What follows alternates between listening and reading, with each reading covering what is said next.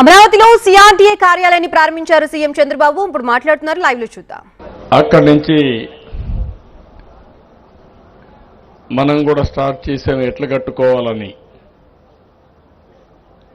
అయితే ఆ రోజు కనీసం ఆనాటి ప్రభుత్వం పలాంది ఇక్కడ రాజధాని వస్తుందనంటే ఎట్లా కట్టాలని ఆలోచించేవాళ్ళం. రాజధాని ఎక్కడ వస్తుందో చెప్పకుండా ఒక కమిటీ వేసి, రెండోది దానికి కావాల్సిన జాగా కూడా లేదు మనకు, మీరు గుర్తుపెట్టుకోవాలి. అలాంటి సమయంలో మన ఆలోచన విధానం ఏం చేయాలని ఆలోచించినప్పుడు ఎవరిని అడిగినా కూడా చాలా సింపుల్గా 25 పార్లమెంట్లు ఉన్నాయి. ఒక పక్క 12, ఇంకొక పక్క 12, 13వ పార్లమెంట్ ఈ గుంటూరు. రాజధాని ఎక్కడ రావాలంటే ఇక్కడే రావాలని చెప్పాల్సింది పోయి దీనికి లేనిపోని పంచాయతీ పెట్టారు. అక్కడి నుంచి ప్రారంభమైంది. ఆ సమయంలో నాకైతే అసెంబ్లీలో కూడా ఎక్కడ రాజధాని పెట్టాలంటే లేనిపోని సమస్యలు క్రియేట్ చేసి ఎవరెవరు మా ఊరికే కావాలనే పరిస్థితికి వచ్చారు. నేను ఒకటే ఆలోచించాను, ప్రతి ఒక్క ఊరికి ఇచ్చేది కాదు, ఇది రాష్ట్ర భవిష్యత్తుకు ఉపయోగపడే రాజధానిగా ఉండాలి. అందుకే నా నిర్ణయం ఆ రోజు దీనికి సరైన ప్లేస్ వచ్చి విజయవాడ గుంటూరు మధ్యలో అని చెప్పి నిర్ణయం చేశాం మొట్టమొదటిసారిగా. అక్కడి నుంచి అందరూ కూడా ఏదో ఒక రాజధాని కట్టు, 100 ఎకరాల్లో కట్టు, 50 ఎకరాల్లో కట్టు అని చాలామంది చెప్పారు. అప్పటికే నేను ఒక ప్రూఫ్ ఆఫ్ కాన్సెప్ట్ తయారు చేశాను, మీ అందరూ గుర్తుపెట్టుకోవాలి. హైదరాబాద్ నగరంలో ఇట్లనే నన్ను చాలామంది ఎగతాళి చేశారు. నేను హైటెక్ సిటీ కట్టినప్పుడు నా విజన్ చెప్తే ఇది సాధ్యమా అని చాలామంది అవహేళన చేశారు. అది దృష్టిలో పెట్టుకొని నేను ఒకటే చెప్పాను, మళ్ళా జీవితంలో ఎలాంటి అవకాశం రాదు తెలుగు వారికి.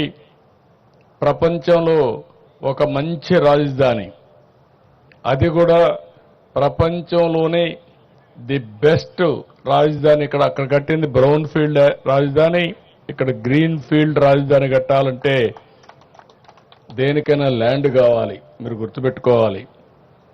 ఆకాశంలో రాజధాని కట్టలేము. హైదరాబాద్లో అవకాశం ఏంటంటే రాజధాని కట్టే సమయంలో గవర్నమెంట్ ల్యాండ్స్ చాలా ఉండేటివి, మొత్తం సైబరాబాద్ ఏరియా అంతా కూడా. దానికి కారణం నిజాం పరిపాలనలో అక్కడంతా కూడా డెవలప్ కాలా. గుర్రాలన్నీ కూడా అక్కడ గ్రేజింగ్ పెట్టేవారు, మొల్చేది. అలాంటి ప్రదేశం చాలా గవర్నమెంట్ ల్యాండ్స్ అని కొంతమంది హైదరాబాద్ నుంచి పాకిస్తాన్కి వెళ్ళిపోయి ఆ ల్యాండ్స్ కూడా వదిలిపెట్టిపోయారు. అవన్నీ తీసుకొని నేను బ్రిక్ బై బ్రిక్ డెవలప్ చేశా. ఆ అనుభవం నాకుంది. అయితే ఇక్కడ ఏం చేయాలని నాకు అర్థం కాకపోతే నాకు దారి చూపించింది ఇక్కడుండే రైతాంగం అని చెప్పి మరొకసారి మీ అందరికీ విజ్ఞప్తి చేస్తున్నా. మీలో ఎందుకంటే భూమి అనేది ఒక సెంటిమెంట్. నేను ఎక్కడ ఏ ప్రాజెక్ట్ని కట్టినా మీరు ఒక్కసారి చూస్తే ఎక్కడ కూడా ఫెయిల్ కాలా. హైదరాబాద్లో ఎయిర్పోర్ట్ కట్టాం, 5,000 ఎకరాలు. నేను డే 1 ఒకే మాట చెప్పాను, నేను చెప్పింది మీరు ఎయిర్పోర్ట్కి భూమి ఇవ్వండి, ఇక్కడ ఎయిర్పోర్ట్ కడతాం, లిబరల్గా కాంపన్సేషన్ ఇస్తాం, అది పక్కన మీరు కొనుక్కోండి, దీనికంటే 10 ఇంతలు రేటు పెరుగుతుందని చెప్పి చాలా స్పష్టంగా చెప్పాను. వాళ్ళు ఆ పని చేశారు. ఎంతమంది రెచ్చగొట్టినా వినకుండా చేస్తే అక్కడ ఎయిర్పోర్ట్కి ల్యాండ్ ఇచ్చి పక్కన ల్యాండ్ కొనుక్కున్న వాళ్ళందరూ కోటీశ్వరులు అయ్యారంటే అది ఆ రోజు నేను చూపించిన విజన్ అని చెప్పి కూడా నేను మీకు తెలియజేస్తున్నా. ఆ నమ్మకంతో మీరు ముందుకొచ్చి దగ్గర ల్యాండ్ పూలింగ్ కాన్సెప్ట్ ఇది ప్రపంచంలోనే నూతనమైంది. ఎక్కడ ఏ దేశంలో కూడా సక్సెస్ కాలా. అలాంటి నూతనమైన విధానానికి ఆ రోజు నారాయణ గారు, శ్రావణ్ కుమార్ గారు, పుల్లారావు గారు కూడా ఉన్నారు. ఆ రోజు మంత్రి పుల్లారావు, స్థానిక శాసనసభ్యుడు మనం శ్రావణ్ కుమార్ గారు, నారాయణ గారు మంత్రి. మీ అందరితో నెగోషియేషన్లు చేశారు. మీరందరూ ముందుకు వచ్చారు.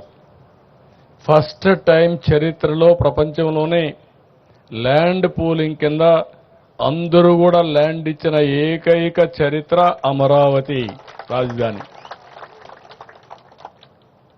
అది నా జీవితంలో ఎప్పుడూ మర్చిపోలేను. అలాంటి దీనికి దోహదం చేశారు. తర్వాత జరిగిన 5 ఏళ్లు. అయితే ఆ రోజు మనం గుర్తుపెట్టుకోవాల్సింది,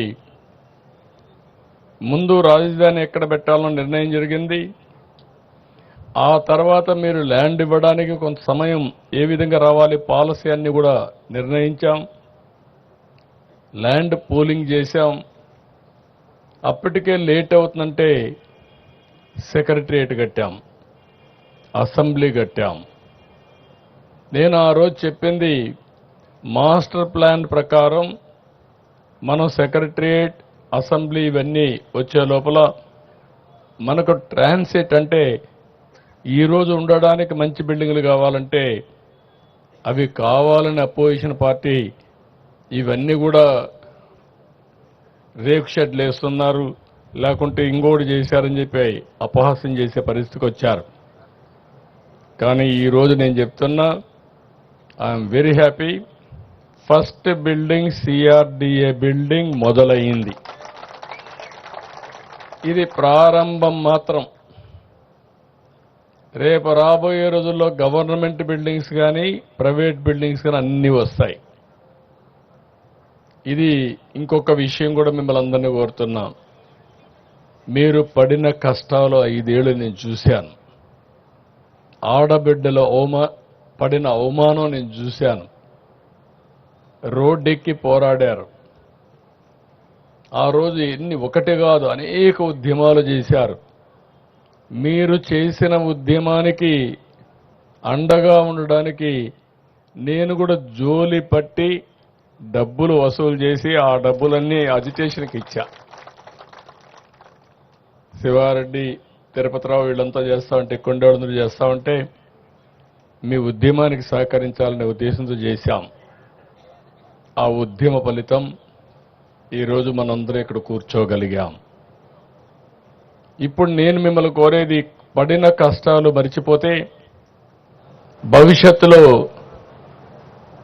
ఓసారి మనం అటు ఇటు వెళ్ళిపోతాం. మీ కష్టాలు నేను చూశా, మీ ఇబ్బందులు నేను చూశా, మీ త్యాగాలు చూశా.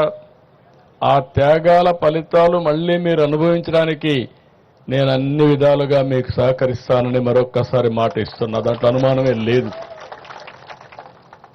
ఫేజ్ 1 ల్యాండ్ పూలింగ్లో మీరు భూమి ఇచ్చారు. ఫేజ్ 2లో మీరందరూ కష్టాలు పడ్డారు. ఇచ్చిన నేరానికి, లేకుంటే మీరు చేసిన త్యాగానికి మిమ్మల్ని నానా హింసలు పెట్టి, ఒకటి కాదు అన్ని హింసలు పెట్టారు. వాళ్ళ అక్కసు ఎంతవరకు ఉందంటే, కడాన మొన్న కూడా మీరు చూస్తే రాజధాని ప్రాంతం వేశ్యల ప్రాంతం అని మాట్లాడే పరిస్థితికి వచ్చారు. రాజధాని ఎక్కడుంది, ఇది ఒక ఎడారని మాట్లాడారు. రాజధాని ఎక్కడుంది, ఇది ఒక శ్మశానం అని మాట్లాడారు.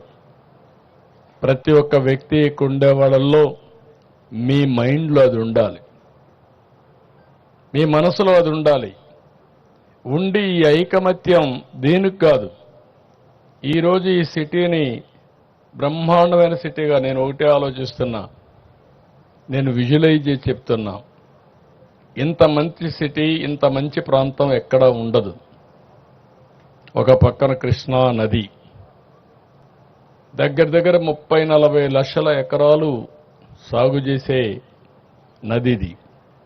గోదావరి కృష్ణా అనుసంధానమైంది. రేపు రాష్ట్రంలో నదులన్నీ అనుసంధానం అయితే ఇక్కడి నుంచే నీళ్లు వెళతాయి.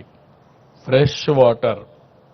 ఏ సిటీ కూడా లేదు భారతదేశంలో ఇలాంటి సిటీ. భారతదేశంలోనే కాదు, ప్రపంచంలో ఎక్కడా లేనటువంటి సిటీ ఈ అమరావతి అని చెప్పి కూడా నేను మీకు తెలియజేస్తున్నా.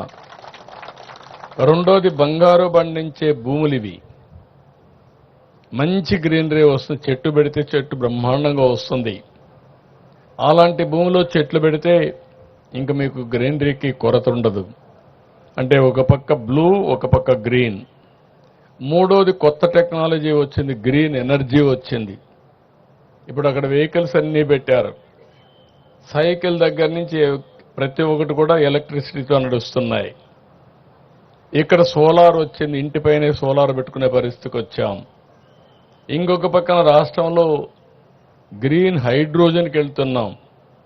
అంటే ఈ ప్రాంతంలో పొల్యూషన్ లేకుండా చేయడానికి ఏమేం చేయాలో అవన్నీ చేస్తున్నాం.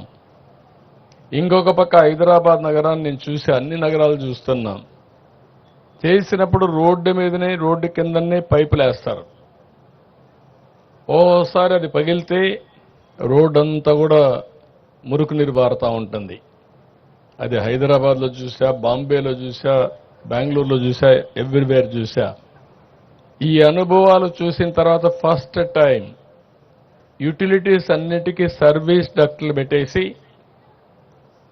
ఏది కూడా పైపులు రిపేర్ చేసే పని లేకుండా ఫ్లడ్ వాటర్ మొదలుకొని, వరద నీరు మొదలుకొని, మురుగునీరు మొదలుకొని, కేబుల్స్ మొదలుకొని, కరెంట్ మొదలుకొని, కడాన డిస్ట్రిక్ట్ కూలింగ్ అని పెట్టి ఏసీ కూడా ఇంటి దగ్గరికి తీసుకొచ్చి ఇచ్చే విధంగా, ఆఫీస్ దగ్గర తీసుకొచ్చే విధంగా ఏర్పాటు చేసే పరిస్థితికి వచ్చాం. ఇది ఎక్కడ ఏ సిటీకి లేదు. అందుకే నేను చెప్పా ఇది ఒక గ్రీన్ సిటీ అని. కొంతమంది ఇప్పుడు కూడా మాట్లాడుతున్నారు, ఇక్కడ రైతాంగం త్యాగం చేశారు. మీరు త్యాగం చేసిన తర్వాత ల్యాండ్ పూలింగ్లో ఎప్పుడు కూడా కొన్ని వేల కోట్ల రూపాయలు ల్యాండ్కే ఖర్చు అయ్యే సందర్భంలో మీరిచ్చింది మీరు డెవలప్ చేయండి, ఆ అభివృద్ధి వల్ల దీనివల్ల ల్యాండ్ విలువ పెరుగుతుంది, పెరిగిన దాంట్లో మాకు కూడా కొంత ఇవ్వండి. అదే మరిగా మీరు ఆ ల్యాండ్ అమ్మి ఇక్కడ రాజధాని కట్టడానికి నిధుల సేకరణకు కూడా మీరు సహకరించే పరిస్థితి వచ్చారు. అందుకే ఈ ప్రాజెక్టు సెల్ఫ్ మానిటైజేషన్. అంటే ఒక్క రూపాయి కూడా గవర్నమెంట్ డబ్బులు ఖర్చు పెట్టడం లేదు. నేను విమర్శించే వాళ్ళకందరికీ ఒకే మాట చెప్తున్నా, మీరు ఎప్పుడూ విమర్శే మీరు చేసేది. హైదరాబాద్లో నేను ఒక్క రూపాయి గవర్నమెంట్ డబ్బులు ఖర్చు పెట్టలేదు. నా తెలివితేటలతో ఆ రోజు బిల్డింగ్ బై బిల్డింగ్ కట్టా. ఆటోమేటిక్గా ట్యాక్సులు పెరిగాయి. ఈరోజు హైదరాబాద్ నగరం వల్ల తెలంగాణ రాష్ట్రానికి 70% వనరులు హైదరాబాద్ నుంచి వస్తున్నాయంటే అది ఆ రోజు నేను వేసిన ఫౌండేషన్ అని చెప్పి మీకు తెలియజేస్తున్నా. అక్కడ ల్యాండ్ ఇచ్చాను, ఇక్కడ ల్యాండ్ పూలింగ్లో ల్యాండ్ మీరు ఇచ్చారు. ఆ ల్యాండ్లో కొంత ల్యాండ్ రిజర్వ్ చేసి ఆ ల్యాండ్ కూడా అమ్మి, ఇప్పుడు నిన్న చూస్తే హైదరాబాద్లో నాకు ఎంత ఇది రాయదుర్గ్లో ఎకరా 177 కోట్లు. నేను హైటెక్ సిటీ స్టార్ట్ చేసినప్పుడు హైటెక్ సిటీ ఎదురుగా ఎకరా 1,00,000 రూపాయలు. ఈరోజు 177 కోట్లంటే ఎన్ని రెట్లో మీరు ఒకసారి ఆలోచించుకోండి. అంటే